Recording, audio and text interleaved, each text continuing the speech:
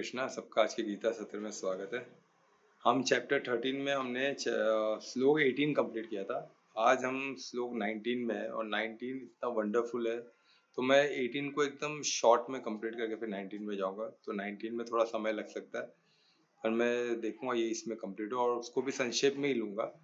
वो एडवांस के लिए बहुत ही प्रॉपर श्लोक बोले तो 19 है, बहुत प्रॉपर है, शॉर्ट है पर उसको समझने के लिए हमें कुछ रिवीजन करना होगा। तो मैं संक्षेप में तीन श्लोक का रिवीजन करूंगा तो अगर हम डिटेल में समझेंगे उसको, है ना, तो उसके लिए समय लग सकता है।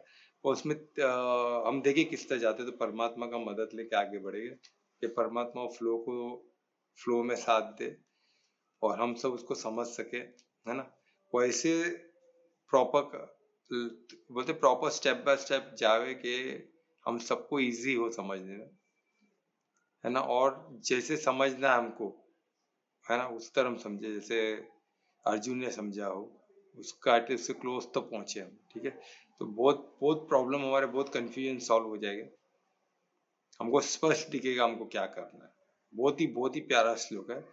तो हम आगे बढ़ते हैं परमात्मा के प्रार्थना से कि हम ऐसे मोड पे आ गए कि ऐसे इंपॉर्टेंट श्लोक को हम समझने की कोशिश कर रहे हैं। तो परमात्मा का आशीर्वाद तो हमें बिल्कुल चाहिए, ठीक है। तो दोनों हाथों को नमस्कार मुद्रा में लाए, हृदय के पास लंबी गहरी सांस लें,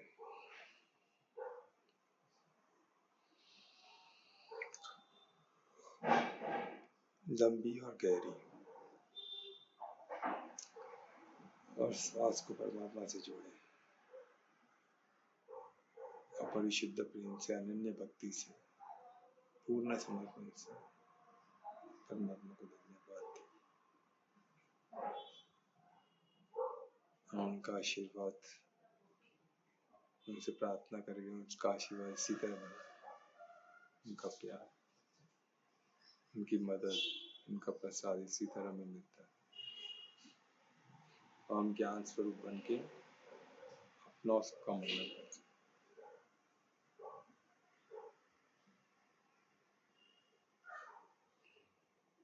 फिर से परमात्मा को एक बार धन्यवाद देते हैं, प्रार्थना करते हुए हाथों को दर्शन करें,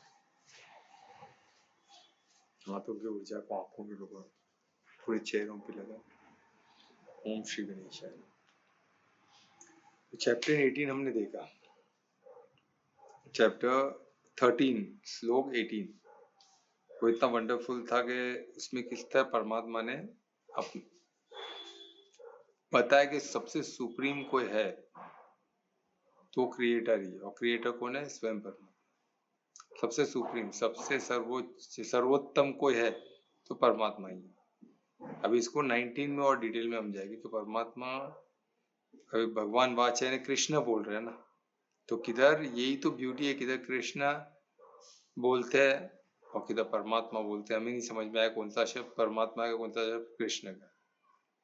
कृष्ण निमित्त है परमात्मा के उस वाक्य का, और परमात्मा ही और कृष्ण पूर्ण परमार्थी हो गए, यानी उनका वाक भगवान वाची है। तो अभी इसमें हमको देखना है कि एग्जैक्टली क्या है, तो हमको साधना क्या है, ज्ञान को साधना है। उस कंफ्यूजन में नहीं आना, तो वो नहीं मालूम पड़ेगा एंड तक। पर अभी तक इसको ये लगता है कि खुद को ही सुप्रीम कैसे कोई बोल सकता है। भाई जो सुप्रीम है तो है ना। आज जो इंडिया का प्रेसिडेंट है, सर्वे टॉप पोस्ट पे वही है। आज यूएस का प्रेसिडेंट इलेक्ट होकर उस पोस्ट पे पहुंचा है ना, तो वो टॉप पोस्ट है, वो बोलता है, उसको नंबर 1 सिटीजन डिक्लेयर करते हैं यूएस का। वैसे हमारे इंडिया में नंबर 1 सिटीजन कोई है तो president of India, second prime minister. तो उस तरह वो टॉप पे है तो है, तो उसको कोई डिनाई नहीं कर सकता।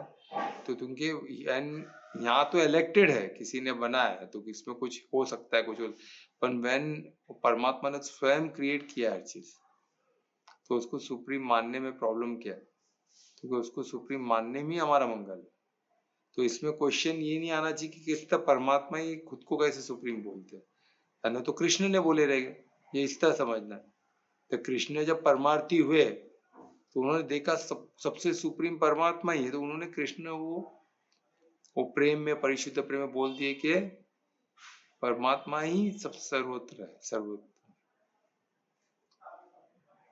है ना। तो इस तरह वो अनुभव ने बोला, तो कृष्ण ने बोला, तो वही भगवान वाची है, यानी भगवान इससे बढ़कर अथॉरिटी कोई नहीं हो सकती। तो हमको ये समझना है, ठीक है। इसमें कंफ्यूजन में कितनों को होता है कि ऐसे कहता खुद की कौन कैसे तारीफ, तो उनके ऊपर कोई है नहीं ना, तो किसको बुलावे? वो हम में से किसी को निमित्त बन के बोलेंगे और ये जानेंगे, वो बॉडी में तो है नहीं, उनसे ही हमारी बॉडी निकली हुई है, सब कुछ उससे ही निकली हुई है। तो ये हमको अभी क्लियर होगा कैसे, श्लोक 19 में, है ना। तो इसमें बता रहे कि सर्वोच्च तक वो है, उसको विभिन्न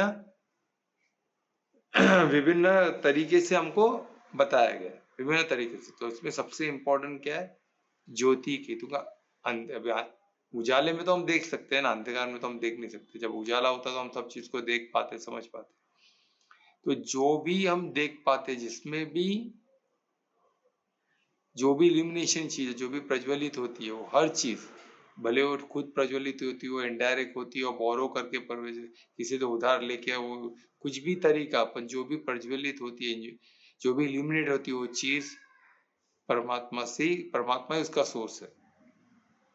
वो लाइट का सोर्स परमात्मा का, जो मटेरियल लाइट हमको जो दिखता है, वो मटेरियल लाइट में क्या क्या आ सकता है, हमने वो भी देखा था। तो इसका हमको डिटेल हमको रिकॉर्डिंग में मिल जाएगा, जिसमें सन आ गया, सूर्य जो हमको दिख रहा है ना, जल रहा है, बड़ा फायरबॉल जल रहा है, दूर है वो जल, उसके अलावा मून भी इल्यूमिनेटेड दिख रहे हैं, पर वो लाइट उनको सन से मिला, ये हमें पता है। अभी स्टार्स है, कितने स्टार्स है, कितने प्लैनेट है, हमें पता नहीं। जब हम डिटेल में देखते हो तो पता चला वो भी चमकता हुआ दिखता है, प्लैनेट होता है।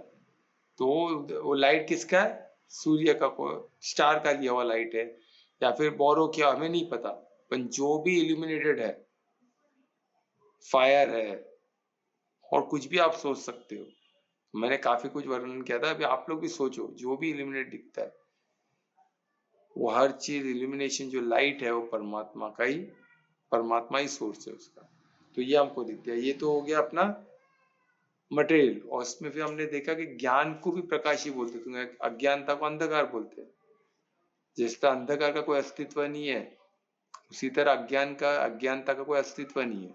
जिधर ज्ञान है उधर अज्ञान नहीं हो सकता, ठीक है। तो ये हमको समझना है। तो इसमें क्या है, ज्ञान क्या है, एक किस्म का प्रकाश है। तो वो प्रकाश का भी सोर्स कौन है, परमात्मा ही। ये एकदम क्लियर होना चाहिए, इसमें कोई किस्म का डाउट नहीं होना चाहिए। तो ज्ञान को क्या बोलते हैं, प्रकाश में लिया गया। और ज्ञान अगर प्रकाश है, तो जिस तरह हर प्रकाश का सोर्स कौन है, परमात्मा, इसी तरह हर ज्ञान का सोर्स कौन है, परमात्मा। तो इसका हमने एग्जाम्पल देखा था कि वेद में भी इसका वर्णन है। तो हमने देखा था वेद कृत, यानी जो भी क्रिएट है, जो भी मैनिफेस्ट है, जो भी मैनिफेस्ट करने वाला है, वो सब परमात्मा का ही, वो ज्ञान भी परमात्मा का ही सोर्स है। किस तरह मैनिफेस्ट, किस तरह क्रिएशन होता है, वो सब ज्ञान किसके पास है, पर उसका भी सोर्स कौन है, परमात्मा। फिर वेद वृत्त, यानी जो इनको जानता है, जो नॉलेज, जो नोअर, वो भी कौन है, परमात्मा ही।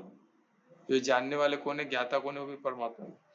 और वेद विद्या, यानी जो इससे वेद से जाना जा सकता है, वो भी परमात्मा ही।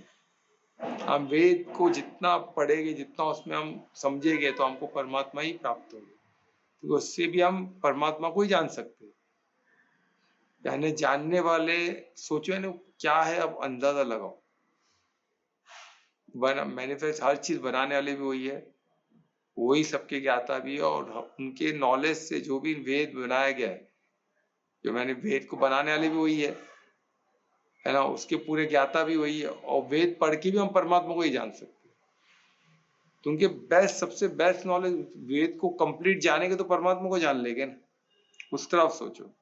तो उसी तरह कृष्ण ने उनको अलग तरीके से गीता वर्णन किया, यानी क्या बताया, जाने, यानी जो ऑब्जेक्ट ऑफ नॉलेज कौन है, वो भी परमात्मा ही है। सबसे बेस्ट ऑब्जेक्ट ऑफ नॉलेज। अभी हम ऑब्जेक्ट ऑफ नॉलेज को और पकड़ सकते हैं, हम किसी को कभी कभी हम मूर्ति को पकड़ते हैं, तो मूर्ति भी परमात्मा के अधीन है। तो मूर्ति एक, हम कोई भी मूर्ति, कोई भी मूर्त को हम लेते हैं, है ना, कोई हम गीता ज्ञान को लेते हैं, तो ये भी किस्म का मटेरियल ही हो गया। पर इसके पीछे के जो नॉलेज को लेकर, तो सबसे बेस्ट जो है, सुप्रीम ऑब्जेक्ट ऑफ नॉलेज कौन है, परमात्मा ही। तो ये सब भी, अभी गीता है या कोई भी मूर्त को, उसके पीछे का अमूर्त कौन है, परमात्मा ही है। यानी सब परमात्मा के अधीन। किसको भी जानने जाओ, अब डिटेल में जाते जाते जाते फिर परमात्मा को पता चला ऑब्जेक्ट कौन है, परमात्मा ही है। तो परम तत्व तो है ही ना उसमें, हर ऑब्जेक्ट के पीछे एकदम सूक्ष्म सूक्ष्म में क्या परम तत्व ही है। तो ऑब्जेक्ट ऑफ नॉलेज भी कौन हो गया, परमात्मा ही हो गया। और फिर उसे ज्ञान गम्यम, ये कौन है, यानी गोल बोलते ना, उद्देश्य भी कौन है, परमात्मा ही होना चाहिए हमारा उद्देश्य, गोल जो भी नॉलेज का, नॉलेज का ये जो गीता अभी कृष्ण ने अर्जुन को गीता सुनाया कृष्ण ने, तो इसका ऑब्जेक्ट क्या था, अर्जुन को परमात्मा का दर्शन, परमात्मा का बताना। क्योंकि आप जो भी ऐश्वर्य बताओगे तो परमात्मा के, अभी मैं एक ऐश्वर्य बताया तो किसका ऐश्वर्य, परमात्मा का ऐश्वर्य ना, बोले बिगर वो कंप्लीट नहीं है ना ऐश्वर्य। क्योंकि जब परमात्मा का, जब वो ऐश्वर्य आदमी ये तो जानेगा ना भाई कहाँ से आए, कैसे हो, मैं कैसे मानूं कि ये ऐश्वर्य, तो परमात्मा का ऐश्वर्य बोलेंगे तो पीरियड सब खत्म हो जाता है। तो परमात्मा का ऐश्वर्य पॉसिबल है, परमात्मा का ही ऐश्वर्य ऐसे हो सकता है। तो ये हमको समझना है कि जब बोलते ना कि इसमें ज्ञानम यानी जो गोल, जो उद्देश्य होना चाहिए वो परमात्मा ही होना चाहिए। अगर हम उद्देश्य दूसरा रखते हैं तो भी जब वो सब हमारा, हम देख कुछ भी उद्देश्य रखो तो वो इनकम्प्लीट लगेगा हमको। जिसे हमने परमात्मा को उद्देश्य रख दिया तो कंप्लीट लगेगा। हमको हर जगह तो पहुंचना परमात्मा, उद्देश्य भी हम कुछ भी रखो, गोल कुछ भी रखो, तो end of the day goal convert होगा और पहुंचाएगा हमको परमात्मा पे ही। यही अद्भुत है, ठीक है। और दूसरा इसमें इसमें ज्ञान और थ्रू नॉलेज, ज्ञान और थ्रू नॉलेज भी परमात्मा है। अभी इसमें सोचो, अभी इसको सोचो, परमात्मा यानी थ्रू नॉलेज भी कौन है, परमात्मा ही। क्योंकि सर्वज्ञाता वही है, सर्वशक्तिमान भी वही है और सर्वव्याप भी वही है। यानी आप थ्रू नॉलेज क्या है, तो परमात्मा ही थ्रू नॉलेज है, बाकी सब सपोर्टिंग है जो उन तक पहुंचने के लिए। तो इतना वंडरफुल, इसको डिटेल में जानने के लिए आप श्लोक एक बार पूरा हमारा रिकॉर्डिंग अवेलेबल है, देखो तो उसमें डिटेल में मालूम पड़ेगा। कुछ भी क्वेश्चन रहेगा इसमें पूछना, ठीक है। तो अब इसमें कुछ क्वेश्चन है तो मैं 19 में पहुंचूं, फिर 19 स्टार्ट करूंगा, बहुत महत्वपूर्ण है 19। तो इसमें अभी तक का कोई क्वेश्चन है नहीं है तो हम श्लोक 19 रिसाइट करने, कौन रिसाइट करने वाला है श्लोक 19? सब मैं कर रहा हूँ। हाँ, तो मैं ध्रुवेश से रिक्वेस्ट करूंगा कि श्लोक 19 रिसाइट करें। श्री गणेशाय नमः। इति क्षेत्रं तथा ज्ञानं ज्ञेयं चोक्तं समासतः मद्भक्त एतद्विज्ञाय मद्भावायोपपद्यते। बहुत अच्छे हैं ध्रुवेश, ये इम्पोर्टेंट श्लोक था, बहुत अच्छा है ध्रुवेश ने रिसाइट किया, इसके लिए धन्यवाद। तो अभी हम देखेंगे कि श्लोक को हम पहले 3 इसमें डिवाइड करते हैं। पहले वो डिवीजन क्या है बताऊंगा, फिर हम उसको समझने की कोशिश करेंगे। सबसे पहला बता रहे परमात्मा इस प्रकार, परमात्मा कहते हैं कि मैंने इस प्रकार, यानी भगवान बोलते हैं कि मैंने कर्म क्षेत्र, यानी कर्म क्षेत्र यानी फील्ड ऑफ एक्टिविटी, यानी क्षेत्र, कर्म क्षेत्र यानी फील्ड ऑफ एक्टिविटी ना, तो कर्म क्षेत्र हो गया यानी शरीर हमारा। तो शरीर को और ज्ञान को, एंड उसको उसमें से ज्ञान से जानने योग्य कौन है, यानी नोएबल, हम किसको जानने की कोशिश कर रहे हैं ज्ञान से, तो जानने योग्य कौन है, इन 3 को संक्षेप में परमात्मा ने हमको बताया अभी तक का जो भी है। तो बता रहे कि इस प्रकार मैंने कर्म क्षेत्र यानी शरीर, ज्ञान यानी क्षेत्र ज्ञान, एंड तीसरा यानी नोएबल यानी जानने योग्य जो है, उसको मैंने इस तीन चीजों में मैंने संक्षेप में वर्णन किया, ठीक है। ये एक हो गया कड़ी इसका। और सेकंड कड़ी है, और ये मैंने उन्होंने वर्णन किया है, पर इसे वो एक कहते कि इसे केवल मेरे भक्त ही पूर्ण तरह समझ सकते, और कोई इसे जानने की कोशिश करेगा पूर्ण तरह नहीं समझ पाएगा, और कुछ ना कुछ कंफ्यूजन में रहेंगे ही। यानी अनन्य भक्ति से ही, परमात्मा के अनन्य भक्ति से ही ये पूरे ज्ञान को समझा जा सकता है। यानी ये तीनों जो एक्सप्लेन किया है, वरना किधर ना किधर कुछ ना कुछ अगर नहीं समझ रहा है तो समझ जाने का मैं भक्ति में कमी है। तो ये सेकेंड पार्ट था कि वो ये भी बोल रहे कि इसे केवल मेरे भक्ति समझ पाएगा, यानी भक्ति से ही पॉसिबल। जो मेरे भक्त यानी पूर्ण समर्पित आत्मा है, जो परमात्मा को पूर्णतः समर्पित है पहले ही, उनको सुप्रीम माँ के, इसलिए हर जगह उनके ऐश्वर्य का सब क्यों वर्णन किया गया है। परमात्मा ने बोलते ना, कोई खुद का ऐश्वर्य क्यों बता रहा है, परमात्मा इसलिए बता रहे कि आपको भक्ति में आना पड़ेगा, समर्पित होना पड़ेगा, तभी मेरे ज्ञान को समझ पाओगे, तभी राइट अंडरस्टैंडिंग पॉसिबल है। ये तीनों चीज की, जो तीन चीज को संक्षेप में परमात्मा ने बताया, जो भगवान वाच है, जो कृष्ण वाच है, वो तीन क्षेत्रों को इतना हमको क्लियरली उसका वर्णन किया है, कितने एग्जाम्पल से हमने देखा ना, उसको समझने से वो भक्ति से ही समझा जाता है। इसीलिए अभी तक का हमने जो भी देखा वो सब हमको उसीलिए गाइड कर रहे कि हम भक्त तो बने, भक्ति से ही उसको पूरा समझा सकता है, नहीं तो हमें कुछ ना कुछ किधर न किधर हम फंसे रहेंगे।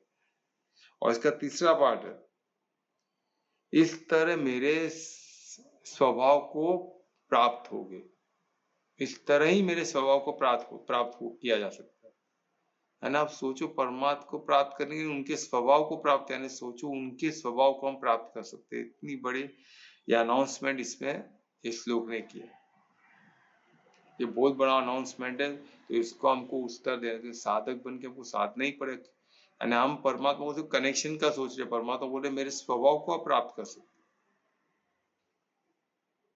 यानी परमात्मा के स्वभाव को प्राप्त करना। सोचो, जो सर्वज्ञाता है उनके स्वभाव को प्राप्त करना, जो सर्वशक्तिमान है उनके स्वभाव को प्राप्त करना, और जो सर्वव्यापी है उनके स्वभाव को प्राप्त करना, ये कितना अद्भुत होगा। सोचो, जस्ट इमेजिन करो।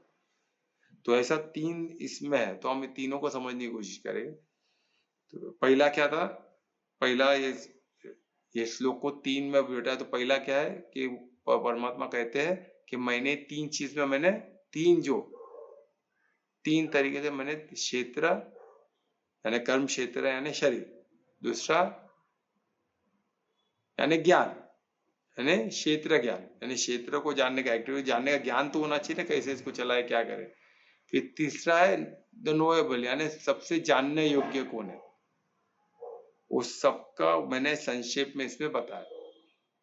और ये भी बोलते हैं कि भक्ति से ही उसको जान सकते हैं पूर्ण। मैं कोशिश किया हूं, पर भक्ति के बारे में क्यों हमको इतना बड़ा चैप्टर था, तो भक्ति से पूर्ण तरह जान सकते हैं, यानी हमको ये पता चल गया अगर ये जान नहीं हो रहा है तो हमको भक्ति में पूर्ण आना पड़ेगा, पूर्ण समर्पण करना पड़ेगा, तो ये हम ये पूरे ज्ञान को परफेक्ट 100% जान सकते हैं। नहीं तो हम किधर न किधर हम इसको अज्ञानता ही रहेगा, किधर न किधर हमको समझ नहीं पाएगा, राइट अंडरस्टैंडिंग 100% नहीं हो सकता। और तीसरा सोचो हम क्या प्राप्ति क्या होगी, तो परमात्मा के स्वभाव को हम प्राप्त करेंगे। उनको स्वभाव को प्राप्त करना है, कनेक्शन इजी हो गया ना, उनका जिसका स्वभाव एक होगा वो एक ही हो गए ना। तो परम धाम के वासी, एक जगह के वासी, आप जब उनके स्वभाव को उनके परम धाम के वासी हो ही गए ना, तो इससे बड़ा इनविटेशन क्या हो सकता है, इससे बड़ा हमको बेस्ट ज्ञान क्या हो सकता है, बताओ। तो यही चीज में होता है ना। तो अभी हम उसको डिटेल में चलते हैं। अभी परमात्मा इसमें क्या बता रहे कि तीन चीज, एक तो हमारा शरीर हो गया, इसको काफी तरीके से इसमें बताया गया, तो हमारा बॉडी हो गया, समझो शरीर। तीसरा हो गया नॉलेज यानी ज्ञान, जो शरीर को, जो क्षेत्र ज्ञान। अभी शरीर, तो शरीर ये क्या है, ये शरीर कैसे चल रहा है, कैसे फंक्शन कर रहा है ना, इसकी एक्टिविटी क्या है, ये सब हमको जानना जरूरी है। ठीक है, तो वो सब हमको इधर हमको ज्ञान दिया गया कि इसमें क्या क्या फील्ड ऑफ एक्ट, हमने देखा क्या क्या फील्ड ऑफ एक्ट इसमें, हमने 5 महाभूत देखो क्या क्या, हमारी इंद्रियां देखा, जो 28 हमने देखे ना, 20, तो वो सब क्या है, क्षेत्र ज्ञान का ही, क्षेत्र का ही है। तो उसका हमको ज्ञान मिल गया पूरा। ठीक है, वो ज्ञान मिलके हम किसको जानने की कोशिश कर, जो जानने योग्य है उसको जानने की कोशिश कर रहा। तो कौन जानने योग्य है, तो जानने योग्य शरीर में कौन है, आत्मा और परमात्मा, ये जानने योग्य है। ठीक है, तो ये हमको समझना है। और तुमके दो है, आत्मा भी है, परमात्मा है, परमात्मा भी, उसमें परम तत्व है परमात्मा, तो परमात्मा का भी कुछ एग्जिस्ट कर ही नहीं सकता। हम सिर्फ आत्मा ही है बोलेगे तो नहीं, आत्मा भी और परमात्मा भी है, दोनों जानने योग्य और दोनों शरीर इस क्षेत्र में है। ठीक है, अब इसको फिर दूसरे से देखें तो नोअर नोएबल, वही हो गया बात, यानी नोअर और नोएबल, यानी एक तो होता है जानने योग्य भी आत्मा और परमात्मा, और सर्वज्ञाता कौन है इसमें? नोअर कौन है? परमात्मा। परमात्मा से नोअर है और वही जानने योग्य भी है, पर हम आत्मा को पहुंचे भी उन तक नहीं पहुंच सकते, क्योंकि जो दोनों जानने योग्य। तो इसमें दो है, हमको ये जानने योग्य कौन है? दो है। एक आत्मा है जो परमात्मा का ही अंश है, और एक परमात्मा है जो नोअर है, हर चीज को जानने वाले। और आत्मा उसी हर चीज को जानने वाला का, यानी क्रिएटर का ही अंश है। तो ये चीज हमको साधना पड़ेगा, तो इसमें हमको डिटेल मालूम पड़ेगा। तो ये तीन चीज क्या था, ये क्लियर हो गया। एक तो शरीर हो गया, क्षेत्र हो गया जिसको कर्म क्षेत्र बोलते हैं, है ना। तो इसमें ही फील्ड ऑफ एक्टिविटी, यानी इसी में कर्म होना है, सब इसी से सब होना है, इसी में होना है। तो इसी में होना है या इसी से होना है? अब इसी में होना है तो हमारे अंदर भी बहुत सारे कर्म होते हैं, हर एक सेल अपना कर्म करता है, हर एक सिस्टम अपना कार्य कर रहा है, सब कर रहे हैं, सब परफेक्टली चल रहा है, कुछ इम्परफेक्टली चल रहा है। पर कहाँ ना कहाँ वो जो हमने किया अंदर जो कार्य कर्म, वो भी कर्म क्षेत्रीय होता है, तो हमारे ही कर्मों के ऐसे वो हो रहा है ना। उसको प्रारब्ध बोलो, जो भी कर्म के अलग अलग टाइप है, प्रारब्ध है, जो भी है वो हमको क्यों होते हैं? हमारे कर्म का रिटर्न हमको आ रहा है, तो वो भी जो हो रहा है वो भी कर्म क्षेत्र ही बोला जाएगा। उसका भी कहाँ ना कहाँ रीजन हम ही है, हमारी कर्म है। ठीक है, तो अंदर या बाहर जो भी हम कर्म करते हैं शरीर के अंदर या बाहर, वो सब कर्म क्षेत्र यानी फील्ड ऑफ एक्टिविटी हो गई है। कंटिन्यूस एक्टिविटी हो रही है, कंटिन्यूस इसमें कुछ ना कुछ हो रहा है, कंटिन्यूस चेंज हो रहा है। या कुछ भी चीज इधर स्टिल नहीं है, स्टैग्नेंट नहीं है, सब कुछ कंटिन्यू फंक्शनल है। आप फंक्शन करो तो अपन क्षेत्र है, फील्ड ऑफ एक्टिविटी, इसमें कंटिन्यूस फंक्शन होते रहते हैं इंटरनली भी, और हम बाहर कुछ करें नहीं तो हमारे इंटरनल एक्टिविटी भी इफेक्ट होगा। हमको कर्म करना ही पड़ेगा, हम कर्म कुछ कर रहे नहीं तो वो भी किस्म का कर्म ही है। हम कुछ नहीं कर रहे वो भी कर्म ही है, पर वो किस खाते में चढ़ेगा? नेगेटिव खाते में चढ़ेगा। तो हमको जो करना है हम नहीं कर रहे, हम अवॉइड कर रहे हैं, तो वो भी कर्म हुआ ना, अवॉइड करना। एक कार्य को अवॉइड करना वो भी कर्म हुआ। एब्सेंट भी तो आप किधर गए नहीं काम पे तो एब्सेंट लगता है ना, आपको पगार नहीं मिलता है।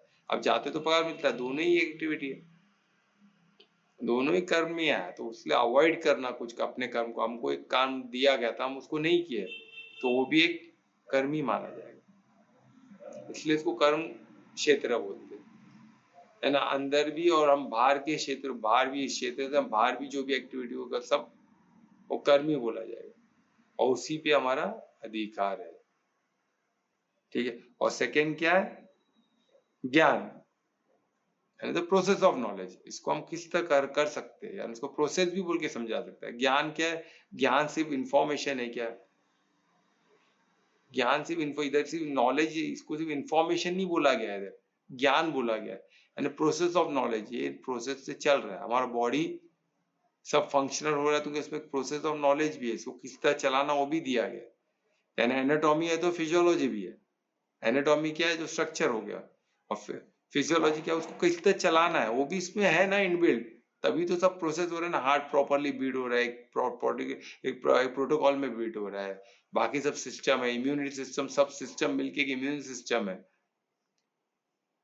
जो स्टडी अपने बॉडी को प्रोटेक्ट करती है ना। उसको हर बोलते हर नेगेटिविटी से, हर वायरस, हर बैक्टीरिया से प्रोटेक्ट करती है ना। इम्यूनिटी स्ट्रांग होने से हम ज्यादा समय तक चल सकते। तो इम्यूनिटी एक सिस्टम है क्या? नहीं, सब सिस्टम का कोऑर्डिनेटेड इफेक्ट है। तो हमने देखा इम्यून सिस्टम जब हम बॉडी का करेंगे तो इम्यूनिटी अलग अलग लेके, तो आपको डिटेल में पता चला कितना वंडरफुल एक कर्म क्षेत्र है। यानी इसके अंदर जो कर्म हो रहे हैं वो ब्यूटीफुल हो, अद्भुत हो रहे हैं, हमको उसका कुछ पता ही नहीं है, पर हम उसके इनडायरेक्टली डायरेक्टली उसके रिस्पॉन्सिबिलिटी है हमारे पास। तो सोचो कितना अद्भुत होगा। तो वो भी कर्म क्षेत्र से, बाहर का जो एक्टिविटी, बाहर भी हम कितनी चीज को प्रभावित कर सकते हैं अपने कर्म से। तो हमारा कर्म, इसलिए तो उसको कर्म क्षेत्र बोला गया। ठीक है, अभी कर्म क्षेत्र, फिर द प्रोसेस ऑफ नॉलेज, वो क्यों जरूरी है? क्योंकि हम खुद के इंटरनल और एक्सटर्नल चीज को प्रभावित कर सकते हैं। तो इसलिए प्रोसेस ऑफ नॉलेज, अगर हम नॉलेज लिए बिगर कुछ कर्म करेंगे तो हम क्या करेंगे? उल्टा घातक साबित हो गए, इंटरनल के लिए भी एक्सटर्नल के लिए। तो हमको क्या करना है, ये प्रोसेस ऑफ नॉलेज को सही तरीके से समझना जरूरी है। उसकी हमको गलत तरीके से समझे तो हम क्या करेंगे, खुद का भी घात करेगा, औरों का, प्रकृति का, सृष्टि का, और जो भी प्रकृति में और फील्ड ऑफ एक्टिव है उस सबको प्रभावित करेंगे, और प्रभावित हो गए तो उनका नाश भी कंफर्म है। और मेजॉरिटी लोग इस तरह का प्रोसेस नॉलेज भी का कार्य कर पूरी सृष्टि का बर्बाद करेगा, वही हो रहा है ना। हम अब देख रहे हैं ग्लोबल वार्मिंग, फिर ओजोन लेयर में होल, ओजोन लेयर में होल हो रहे हैं, रेडिएशन से क्या नई नई बीमारियां आ रही है, बाढ़ आ रही है, यार ये सब क्या क्या हो रहा है। तो ये सब क्यों हो रहा है, कितना वॉर हो रहा है, सब क्या हम सब प्रोसेस ऑफ नॉलेज को सही तरीके से समझ नहीं पा रहे, वही दिख रहा है उसका नतीजा है ना। और नोएबल कौन है या नोअर कौन है, परमात्मा है। वो चीज को हम जानते ही नहीं है, कितने लोग तो मानते भी नहीं आत्मा परमात्मा कुछ नहीं होता है। अरे भाई, तीसरा सबसे इंपॉर्टेंट एलिमेंट वही है, सबसे इंपॉर्टेंट नोअर उसमें, और नोएबल सबसे जानने योग्य। अब क्षेत्र को, पूरे क्षेत्र को जान लिए समझो, आपने क्षेत्र का प्रोसेस ऑफ नॉलेज भी जान लिए, पर सबसे योग्य कौन थे, जिसको जानने योग्य कौन है उसको तो जाना, वो सब नोअर है सब चीज के। अगर आप उसको ही नहीं जानते तो फायदा क्या। अगर मैं कंपनी में काम कर रहा हूँ, मैं उधर के ओनर को ही नहीं जानता हूँ, जो सब चीज का, जो सब चीज जानता है उसको नहीं जानता हूँ, क्या मतलब है। आपको कौन इज्जत देगा आपको। कोई विजिटर भी आया, बोले भाई कंपनी का ओनर कौन है विद द राइट अथॉरिटी, तो मुझे नहीं मालूम। ऐसा कोई एग्जिस्ट करता ही नहीं। अरे कैसे एग्जिस्ट नहीं करता है, तुमको पगार वगैरह आ रहा है ना टाइम पे, ऐसे कैसे बोल सकते हो तुम। पगार आ रहा है, सब प्रॉपर सब चल रहा है, सब डिपार्टमेंट अपना अपना फंक्शन कर रहे हैं, तो पूरा कंपनी स्मूथली चल रही है, तो कोई तो एक है ना जो प्रॉपरली इसको चला रहा है। आपको नहीं मान तो है नहीं, ऐसा तो ही ना होता है। तो जानो ना सिस्टम को। भाई मैं बोलूंगा सूर्य आ रहा है, वो अपना आ रहा है, सब ब्रह्मांड अपना चल रहा है। अरे दिख रहा है, तारे इतने दिख रहे तो इतने सूर्य है, तो कोई तो चला रहा है ना। तुमको नहीं मानो तो उसके लिए कोई क्या किया जा सकता, जानो। इधर गीता है, सब है, जानो ना, समझो ना। फिर भी समझने को जो थे उसको निपट मूर्खी कहा जाएगा ना। नहीं नहीं, ऐसा कुछ होता ही नहीं है, मैं सेक्युलर हूँ, मैं नास्तिक हूँ। अरे नास्तिक का मतलब ये थोड़ी ना होता है कि सबको आउटराइट रिजेक्ट करना। नास्तिक का मतलब ये होता है मैं ब्लाइंडली नहीं करूंगा, मैं इसको साधूंगा साधक बन के। जैसे महावीर जैन और गौतम बुद्ध थे, उन्होंने बोला मैं ऐसे ब्लाइंडली नहीं मानूंगा, मैं पहले साधूंगा हर चीज को, स्वयं सत्य को खोजू। उन्होंने स्वयं जाने फिर उन्हें माने, सब परफेक्ट है, पर उसमें उनको बहुत मेहनत करनी पड़ी। बहुत, मैं तो सब चीज तो जानने के लिए तैयार थे, सब चीज जाना तो उनको बहुत तपस्या करनी पड़ी, बहुत एफर्ट्स डालना पड़ा, इसलिए वो मार्ग कठिन है। कितने लोग उसमें कर पाएंगे। आज के लोग आज के तरीके में, मेरे को तो मुश्किल लग रहा था उस, उधर भी उनको रख के भी कॉपी कैट कुछ और कर रहे हैं।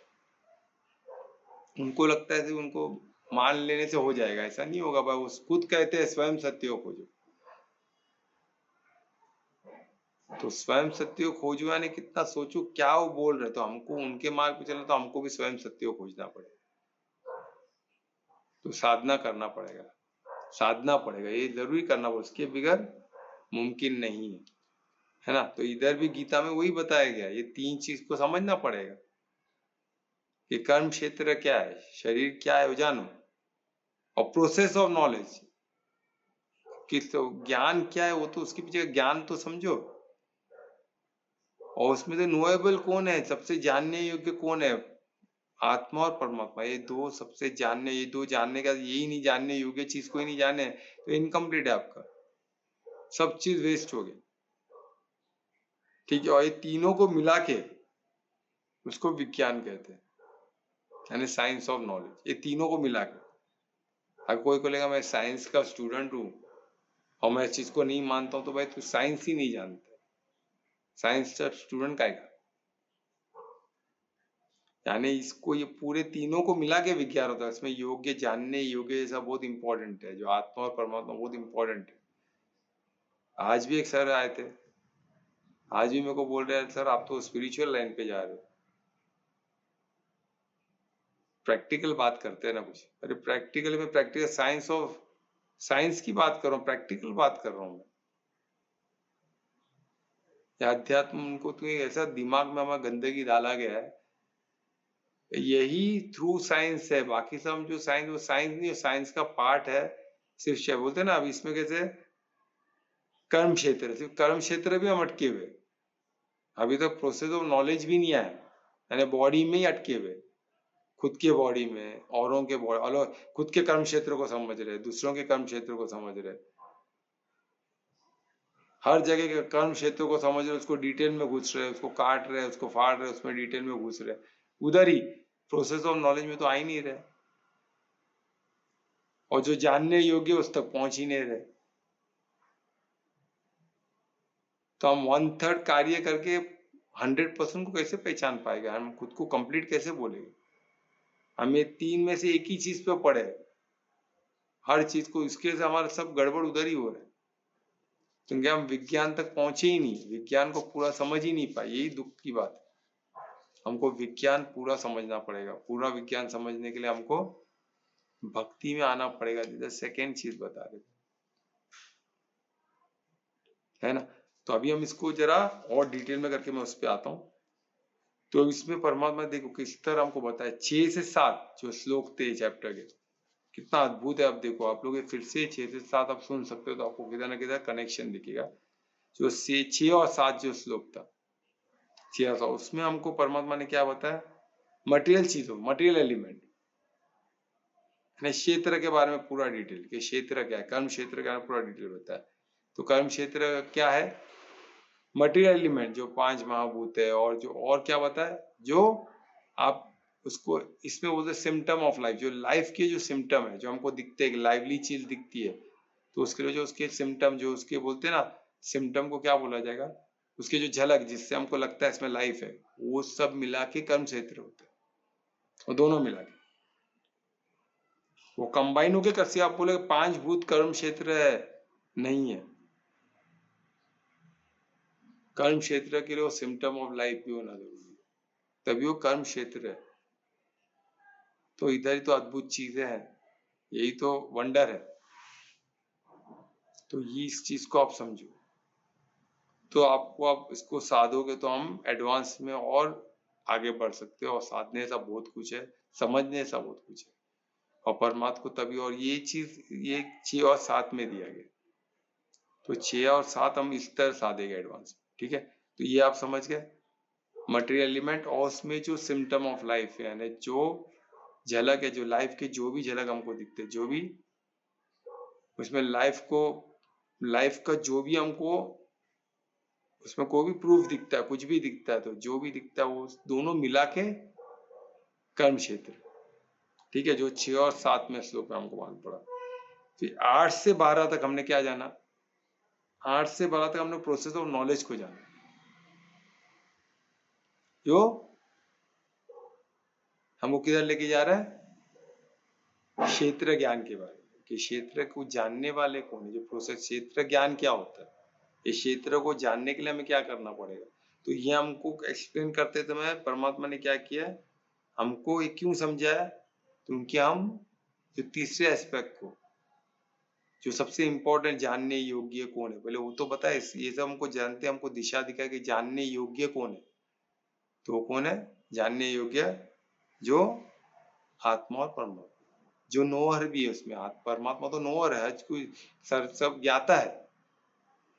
तो ये हमको जो बोलते हैं ना, describe the process of knowledge, process of knowledge को, ये प्रोसेस, ये जो कर्म क्षेत्र ज्ञान है, ये क्षेत्र ज्ञान के पीछे इसकी अंडरस्टैंडिंग हमको क्यों दे रहे, कि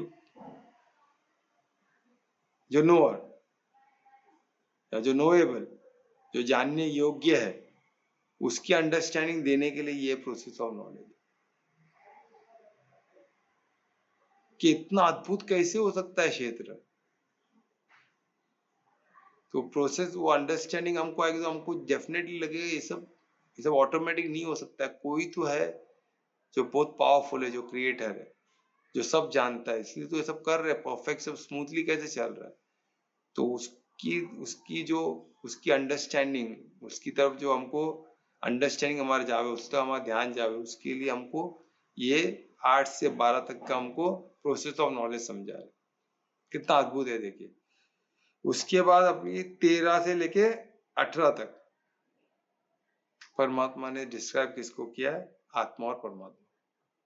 तो हमको राइट अंडरस्टैंडिंग तो आत्मा क्या परमात्मा क्या, तो आत्मा पर तभी तो संबंध हम जोड़ सकते हैं ना आत्मा का परमात्मा से।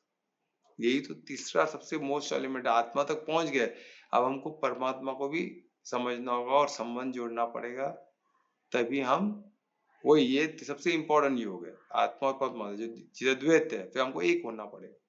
यानी क्या हो गया वो सेकेंड पार्ट है ना। ये कैसे पूरा ज्ञान, ये जो तीन चीज को कैसे जान सकते हैं? ये भक्ति से ही जाना सकते हैं। और जब हम जान जाएंगे भक्ति से और पूर्ण समर्पित हो जाएंगे, और मेरे भक्त ही इसको जान सकते बोल रहे पूर्ण तरह, और इससे जानने के बाद वो क्या होते, मेरे भक्त क्या होते हैं? मेरे स्वभाव को प्राप्त होते हैं। हम सम स्थिति में सम स्थिति यानी स्वभाव को प्राप्त हो, एक परमात्मा के साथ सम स्थिति में आना। सम स्थिति स्वभाव को प्राप्त होने का मतलब ये नहीं कि हम परमात्मा बन गए, इस कंफ्यूजन में मत रहना। तो कुछ लोग बोलते हैं ना कि भाई हम ही परमात्मा बन जाए, हम सिर्फ स्वभाव को प्राप्त करते हैं, परिशुद्ध प्रेम को प्राप्त करते हैं, कि हम भी उनके ऐसा परिशुद्ध प्रेम से भरपूर आने, हम भी लविंग हो गए, हम भी लवेबल हो। तो हमको इस परिवेश में उसको देखना, ये नहीं कि हम परमात्मा बन गए तो हम पूरे ब्रह्मांड के हम स्वामी हो गए, ये पॉसिबल नहीं, तो हमारा विस्तार इतना हो ही नहीं सकता है ना। पर हम वो परिशुद्ध प्रेम को प्राप्त कर ले तो परमात्मा, हम लवेबल हो गए, तो हम लविंग हो गए तो परमात्मा जैसे। तो सोचो हमारा क्षेत्र, हमारा कर्म क्षेत्र कितना लविंग हो जाएगा, हमारा कर्म क्षेत्र स्वर्ग क्या हो जाएगा, सोचो परमार्थी हो ही गया ना। तो वो स्वभाव को प्राप्त होने की बात होगी, जब हम भी लवेबल बन जाएंगे, हम भी लविंग बन जाएंगे।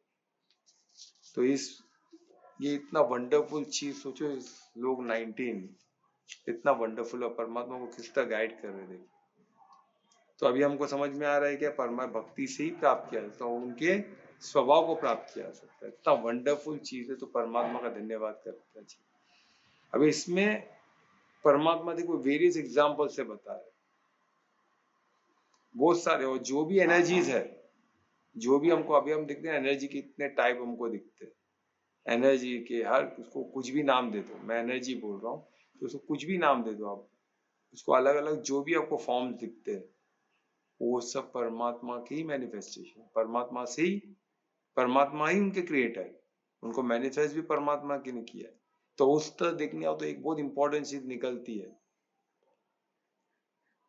कि अगर परमात्मा क्या बोलते हैं उसको, परम तत्व, हाँ परम तत्व सब जगह सर्वव्यापी है, सर्वशक्तिमान है और सर्वज्ञाता है, तो क्या निकलता है आप सोचो जरा, सब जगह उनकी एनर्जी और सबके मैनिफेस्टेशन वो सबके क्रिएटर भी वही है और सब उनके अंदर ही है, तो सब क्यों एग्जिस्ट करता है, हर जगह डिवाइडेड परमात्मा एग्जिस्ट करते हैं,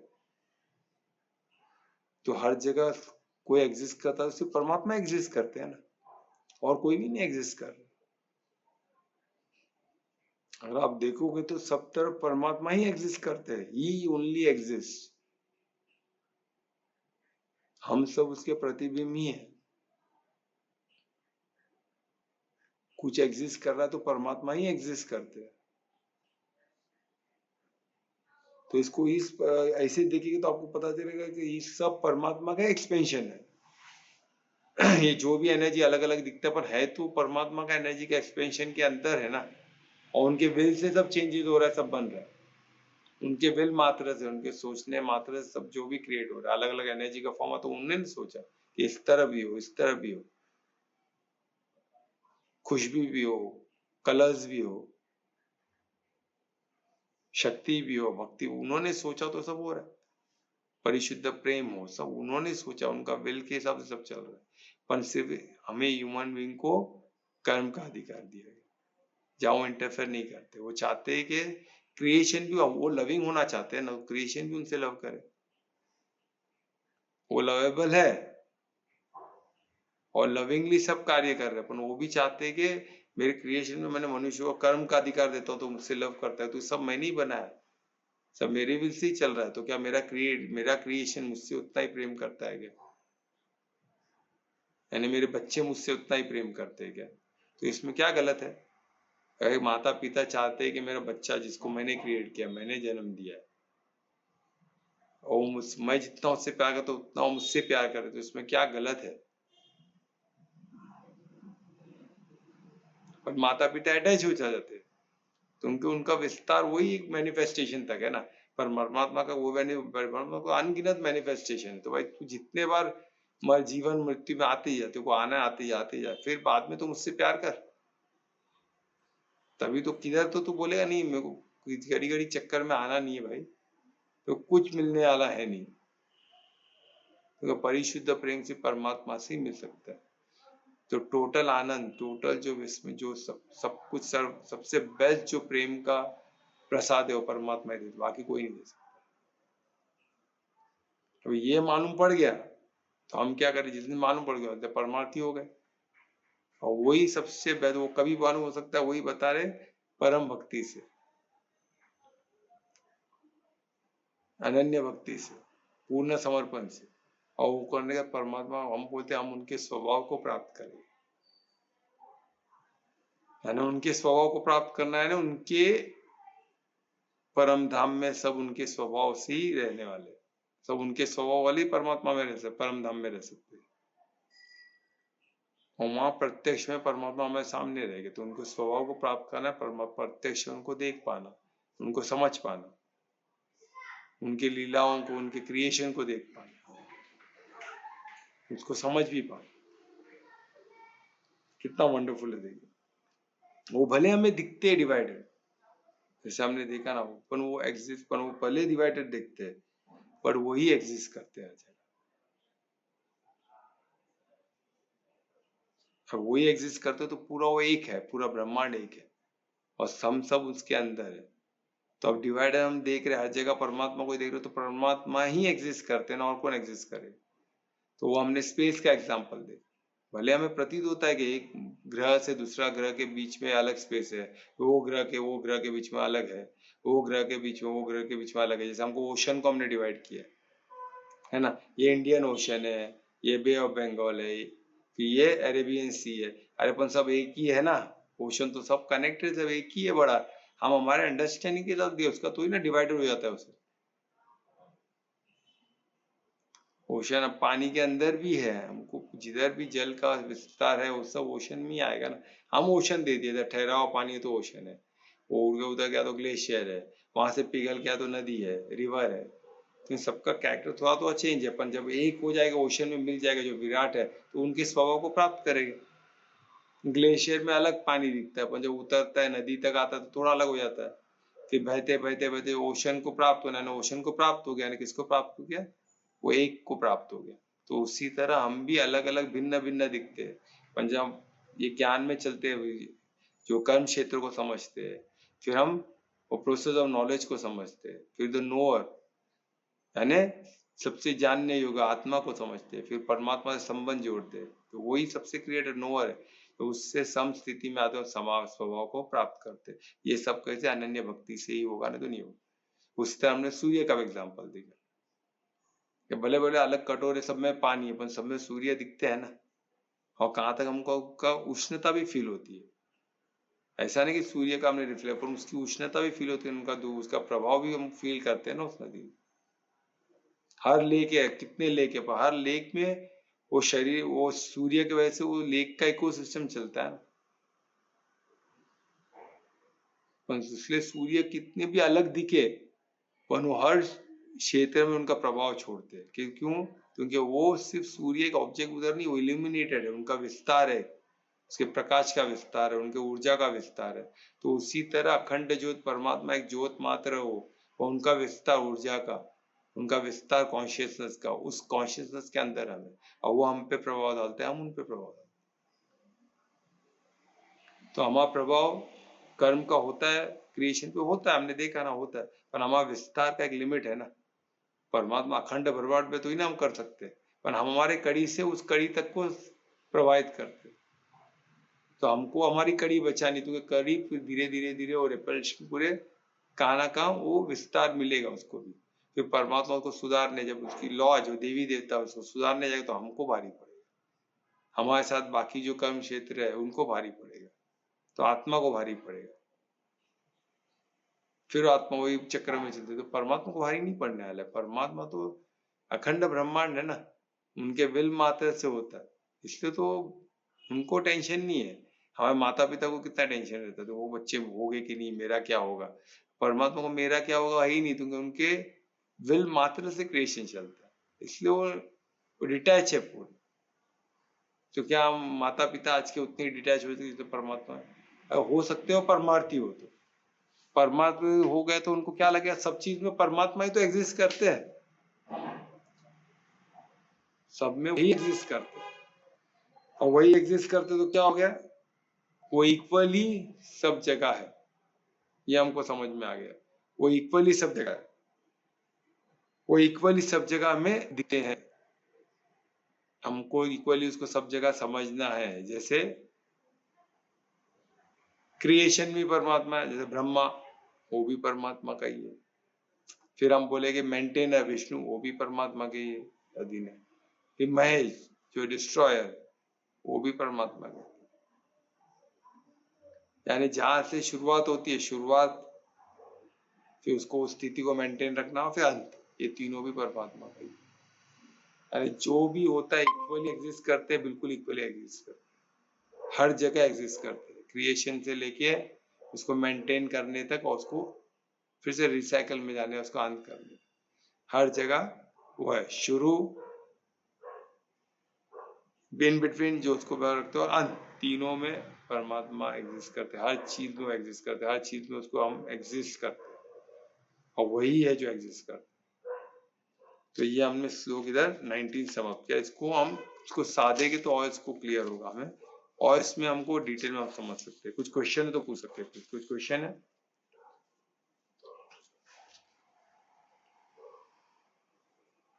साहब मुझे है कि ये श्लोक का समरी दे सकते तो शॉर्ट में, ये सिर्फ श्लोक का, बाकी सबका मिक्स नहीं। हाँ, तो ये श्लोक का समरी ये है कि जैसे बता, एक तो है कि ये श्लोक में हमको 3 क्षेत्र, यानी बॉडी, ठीक है, द नोअर, अब ये क्षेत्र हो गया, सेकेंड हो गया क्षेत्र ज्ञान, यानी ज्ञान, द प्रोसेस ऑफ नॉलेज, और तीसरा द जो जानने योग्य है, नोएबल या नोअर, वो तीसरा जो ये तीनों एस्पेक्ट मिला के क्या होता है, पूरा विज्ञान होता है। ये हमें इस श्लोक में मालूम पड़ा। ये विज्ञान को हम अधूरा नहीं देख सकते। हम बोले सिर्फ क्षेत्र को करेंगे तो हो गया पूरा विज्ञान, विज्ञान नहीं है, वो अधूरा है, 1/3 है समझो। और 2 महत्वपूर्ण जानना है, तो प्रोसेस ऑफ नॉलेज, यानी क्षेत्र ज्ञान भी जानना जरूरी ना, फिर क्षेत्र ज्ञान को जानना। तो उधर से कौन है, तो क्षेत्र ज्ञान को जानता है, मालूम पड़ेगा तीसरा एस्पेक्ट कि सबसे जानने योग्य कौन है भाई, तो कौन है, आत्मा और परमात्मा। ठीक है, ये चीज इसमें मालूम पड़ गया, यानी विज्ञान मालूम पड़ गया। फिर तीसरा, इसको किस तरह जाना जा सकता है, ये कैसे पॉसिबल है इस चीज को जानना, भक्ति से ही पॉसिबल है। पूर्ण भक्ति, पूर्ण समर्पण से ही पॉसिबल है, तो पॉसिबल नहीं है क्यों, ये भगवान वाचे, ये भी यही श्लोक में बोला गया। तो बोला 3 में संक्षेप में आपको समझाया, ये 3 चीज, ये 3 एलिमेंट ही विज्ञान होता है। ये इसमें क्लियरली लिखा है कि विज्ञान, ये तीनों मिलके विज्ञान होता है। अब इसमें एक को पकड़ के एक को छोड़ दो, विज्ञान नहीं है, वो कंप्लीट साइंस नहीं है। Science of knowledge, science of ज्ञान कब होगा कंप्लीट, जब तीनों चीज को आप समझने की कोशिश करो, तो समझोगे तो ही ज्ञान कंप्लीट होगा। पर ये भक्ति से ही, अनन्य भक्ति से ही, मेरे भक्तों को ही ये पूरा समझ में आएगा, यानी भक्ति से ही समझ में आएगा, अनन्य भक्ति से ही होगा। ऐसे पकड़ो, ऐसे भक्तों, यानी भक्तों को ही समझ में आएगा, यानी वही भक्ति से ही होगा ना, मतलब यानी मेरे भक्तों को ही। ये क्लियर हो गया। अभी तीसरा इसमें, यानी इससे क्या हो गया, वो मेरे स्वभाव को प्राप्त हो गए। सोचो, ये संक्षेप में होता है कि मेरे स्वभाव को प्राप्त हो गए। तो इससे बड़ा इसका बेनिफिट भी हमको दिखा दिए। ये करने से मिलेगा क्या, बोले चलो विज्ञान मैंने समझ लिया, जो अनन्य भक्ति कर दी तो क्या मिला, व्यापारी लोग है ना, सबके दिमाग में व्यापार है ना, तो भाई तुम स्वभाव को प्राप्त हो गए परमात्मा के, जो सर्वशक्तिमान है, जो सर्व ज्ञाता है, जो सर्वव्यापी है, उनके स्वभाव को प्राप्त करना, उससे बड़ा कोई गोल किसका हो सकता है क्या? तो ये इतना ब्यूटीफुल चीज है, ये सब इसमें इस श्लोक में 19। अच्छा, थर्ड पॉइंट क्या था? क्षेत्र, क्षेत्र ज्ञान, और थर्ड पॉइंट वो एक था क्षेत्र लाइन, यानी कर्म क्षेत्र, हाँ, यानी बॉडी, सिर्फ मरी हुई बॉडी हाँ, नहीं, लाइवली बॉडी जिसमें एक्टिविटी हो रहा है। ठीक है, क्या हो गया? कर्म क्षेत्र हो गया, बॉडी हो गया, शरीर हो गया, जो लाइव लिविंग बॉडी, ठीक है। और सेकेंड क्या है? क्षेत्र ज्ञान, क्षेत्र ज्ञान, यानी क्या हो गया? The knowledge, process of knowledge, ठीक है। हाँ, और तीसरा क्या हो गया? जानने योग्य है। प्रोसेस ऑफ नॉलेज में हम जानने किसको वाले हैं? तो सबसे जानने योग्य है कौन है? आत्मा और परमात्मा। तो योग्य कौन है? आत्मा और आत्मा और परमात्मा दोनों। और उसमें से आत्मा क्या है? आत्मा क्या है? परमात्मा का अंश। और परमात्मा क्या है? The knower, सर्वज्ञाता। ओके, मतलब आत्मा और परमात्मा का, हाँ, थर्ड। पर आत्मा के बगैर परमात्मा को नहीं जाना। जब तक हम खुद को आत्मा नहीं समझेगा, परमात्मा को जान ही नहीं सकते। तो क्या हम उनकी अंश है ना? तो इसलिए आत्मा भी जानने योग्य है, क्योंकि आत्मा तक नहीं पहुंचेगा तो परमात्मा पॉसिबल ही नहीं है। और सबसे जानने योग्य कौन है? परमात्मा। और उनको जानने के लिए आत्मा तक जानना जरूरी है, इसलिए आत्मा भी जानने योग्य है। इसलिए सबसे पहला योग में हमको आत्मा तक पहुंचना पड़ता है कि मैं कौन हूं, मैं आत्मा हूं, ये समझना। और इसमें सम स्थिति में आना। फिर इधर आने के बाद हम जानने योग्य का एक कड़ी पार कर लिए। अब नोअर कौन है? सबको सब सर्वज्ञाता कौन है? हमको तो पूरा ज्ञान नहीं है, तो वह कोई तो है जो पूरा जानता है, तो डायरेक्ट कनेक्शन हमको मिलेगा। तो हम उनके अंश है ना, कनेक्शन एकदम इजी हो जाएगा, बहुत सरल हो जाएगा। तो कौन हो गए नोअर? सर्वज्ञाता कौन है? परमात्मा। तो परमात्मा से समस्थिति आ गए तो स्वभाव को प्राप्त किए। उनके स्वभाव को प्राप्त करना, उनके साथ समस्थिति में आना, समाधि में आना। और वही योग का सबसे श्रेष्ठ प्राप्ति है। सबसे शिखर पे किधर पहुंचना है? तो वही परमात्मा से समस्थिति में आना, समाधि में आना। ठीक है दुरेश? हाँ सर, धन्यवाद, क्लियर हो गया। चलो, और किसको कुछ क्वेश्चन? तो ऐसे क्वेश्चन से क्लियर होगा, जैसे दुर्वेश का क्लियर हुआ। और किसको कुछ क्वेश्चन है? शायद ये क्वेश्चन भी बाकी लोग को हेल्प किया होगा 101%। So final call for question. कुछ क्वेश्चन है?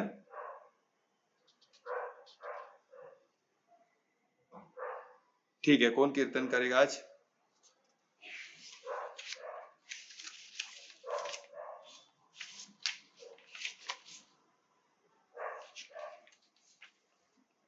कौन कीर्तन कर रहा है?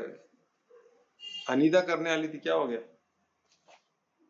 कुछ बात की थी अनीता ने, बोली थी कंफर्म, मुझे बोली थी कि आज करेगी बोल के। हाँ, कल ही बोला था मैंने को करेगी। हाँ, कल ही बोली थी। कल्पना प्लीज तुम कर लो, मैं कल कर लूंगी, प्रिपेयर नहीं किया मैं। ये प्रोक्रेस्टिनेशन सबसे ये एक अच्छी चीज नहीं है अनीता। कल कभी आने नहीं वाला है। कल करो सो आज कर, आज करे सो अब। जो आता है वो करो, मेरा भी प्रैक्टिस नहीं किया है मैंने। कर पाओगी? है ना कल? रुको मैं करती हूँ। करियो कल्पना। हाँ सर, 1 मिनट। हाँ, तो मैं रिक्वेस्ट करूंगा कल्पना से कि आज का कीर्तन करें।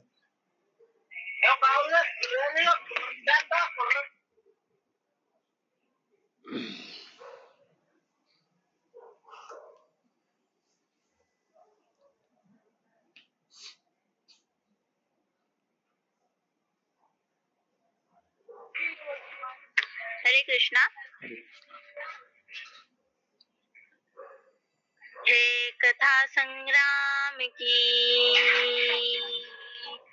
विश्व के कल्याण की, धर्म अधर्म आदि अनंत, सत्य असत्य कलेश कलंक, पुरुषार्थ की कथा परमार्थ की। शक्ति है, भक्ति है, जन्मों की मुक्ति है, जीवन का ये संपूर्ण सार है।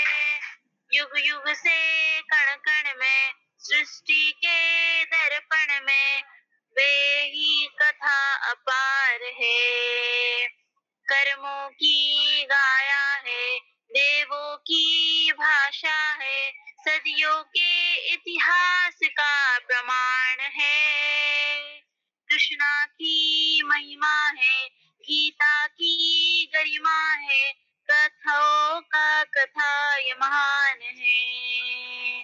महाभारत महाभारत महाभारत। हरे कृष्णा।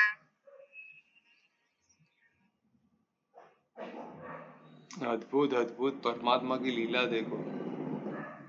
कल्पना ने शंखनाद कर दिया। ये श्लोक शंखनादी है, ये कीर्तन नहीं शंखनाद था इस श्लोक का, कि हमको इस श्लोक से शंखनाद होना चाहिए। जैसे कल्पना ने स्टार्ट किया, मुझे शंखनाद का सुनाई दिया। ये श्लोक का पूरा शंखनाद है। ये श्लोक शंखनाद के इक्विवेलेंट है। और ये जो भी शंखनाद कल्पना ने किया उसके बाद मैच होता है। परमात्मा की लीला देखो, कैसे राइट टाइम पे राइट हमको गाइड कर रहे हैं, हमारे साथ है। ये इससे बड़ा प्रमाण कुछ नहीं होता है। शंखनाद का प्रमाण इसके सिवा कुछ नहीं हो सकता है। धन्यवाद कल्पना, थैंक यू सो मच। महामंत्र भी करोगे आप? हाँ, ये कथा में ये जो कैसे तुमको अभी ख्याल आया बोलने का? कल मैं करने वाली थी, बट कल है ना डायरेक्ट शिल्पा ने कहा मैं करूंगी करके, तो परमात्मा ने आज करा दिया। देखो, यही तो अद्भुत, यही तो लीला। इसमें सब आप जब परमार्थी आप बनोगे तो आपको ये रीजन, ये कड़ी मिलता हुआ दिखेगा। इतना बड़ा शंखनाद, इससे बड़ा प्रूफ और क्या हो सकता है? ये हमको छोटी चीज लगेगी, इसका क्या है? अरे ये छोटी चीज तो हम उसी को समझ नहीं पा रहे, तो बड़ी चीज को क्या समझेंगे? पहले छोटी छोटी चीज में तो समझे, तो बड़ी चीज को हम समझ पाएंगे। तो बड़ी चीज भी हो जाएगी तो हमको नहीं पता चलेगा, है ना? तो बड़ी चीज की हमारी समझ ही नहीं हो रहा है, फिर भी हमें नहीं पता है। तो छोटी चीज को समझे भी बड़ी चीज समझ में आ गई। अरे परमात्मा का ही है सब मैजिक। ठीक है, धन्यवाद। मैं रिक्वेस्ट करूंगा कल्पना को कि वो महामंत्र भी करे। हरे कृष्णा कृष्णा कृष्णा हरे हरे, हरे रामा रामा रामा हरे हरे। हरे कृष्णा कृष्णा कृष्णा हरे हरे, हरे रामा रामा रामा हरे हरे। हरे कृष्णा कृष्णा कृष्णा हरे हरे, हरे रामा रामा रामा हरे हरे। जय श्री राधा कृष्ण की जय। धन्यवाद कल्पना, बहुत अच्छा आपने महामंत्र किया। तो एक अनाउंसमेंट था कि कल गुरुवार है, तो कल शाम को फिर 8 बजे कल कोई त्योहार नहीं, तो कल हमारा सेल्फ डिफेंस का प्रोग्राम होगा। हम एक जगह जा रहे हैं, तो जिसको भी आना है बोरीवली ईस्ट में मिल सकते हैं, तो हम गाइड करेंगे। जिनको भी आना है वो किसी को भी संपर्क करें हम में से, तो डेफिनेटली हम उधर जाएंगे। और उधर जाके 8 से लेके 10 बजे तक रहता है, 10:30 तक रहता है। पर कोई बीच में निकल जा सकते था, कोई है नहीं। जिनको अर्जेंट जाना हो तो बीच में निकल सकते। पर मैं बोलूँगा 9:30 तक तो रहना जरूरी, 9:30 पौने 10 तक तो रहना जरूरी, तो उनका पूरा प्रॉपर चलता है। तो उतना रहेगा तो बेनिफिट मिलेगा। तो मैं रिक्वेस्ट, जिसको भी आना हो हमको संपर्क करें। तो कल होगा गुरुवार को 8 बजे, बोरीवली ईस्ट में होगा, जो स्टेशन के पास ही है। तो कोई बोरीवली स्टेशन ईस्ट में आया तो हम लोग पिकअप कर देंगे। ठीक है, तो कल्पना का फिर से धन्यवाद ये शंखनाद के लिए और महामंत्र के लिए। इसी के आज का हम सेशन यहाँ ही समाप्त करते हैं। कल फिर मिलेंगे, कल सेल्फ डिफेंस में मिलेंगे, तो हमारा सेशन नहीं रहेगा, तो फिर हम फ्राइडे को। तो धन्यवाद सबका, रेगुलर आते जाए। सबका मंगल हो। शुभ रात्रि सबका। धन्यवाद। शुभ रात्रि। धन्यवाद sir. Thank you sir. Sir शुभ रात्रि सभी को।